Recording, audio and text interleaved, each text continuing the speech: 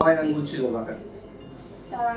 4 আঙ্গুলের মতো বাঁকা ছিল রিকেটসের বাচ্চা। এখন আলহামদুলিল্লাহ 2 আঙ্গুলের গ্যাপ নাই। দেখি বাবা, এই কোনো গ্যাপ। তারপর স্যার আমার ব্যায়াম করতে দেয় না। ওই আচ্ছা, রিকেটসের সমস্যা ছিল, আগে 4 আঙ্গুল ফাঁক ছিল, তাই না?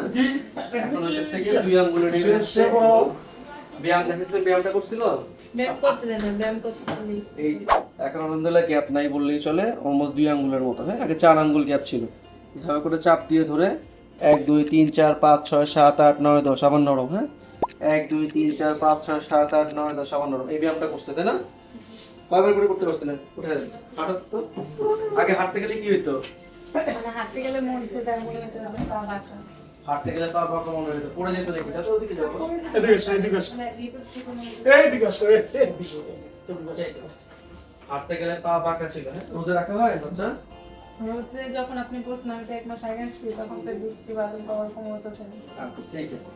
আর এখন হচ্ছে গিয়ে 4 আঙ্গুল থেকে মাত্র 2 আঙ্গুল ফাঁকা। বাচ্চা রিকেটসের সমস্যা ছিল, মে মাসের 24 তারিখে দেখা হয়েছিল। এখন হচ্ছে জাস্ট ভিটামিন ডি লেভেলটা কম ছিল, অনেক বেশি 25। এখন হচ্ছে সাপ্লিমেন্ট চলতেছে, বাচ্চা ব্যায়াম করতেছে, রোদে রাখতেছে। কোনো জুতা বা কোনো কিছু দিইনি, কোনো ডিভাইস দেওয়া হয় নাই।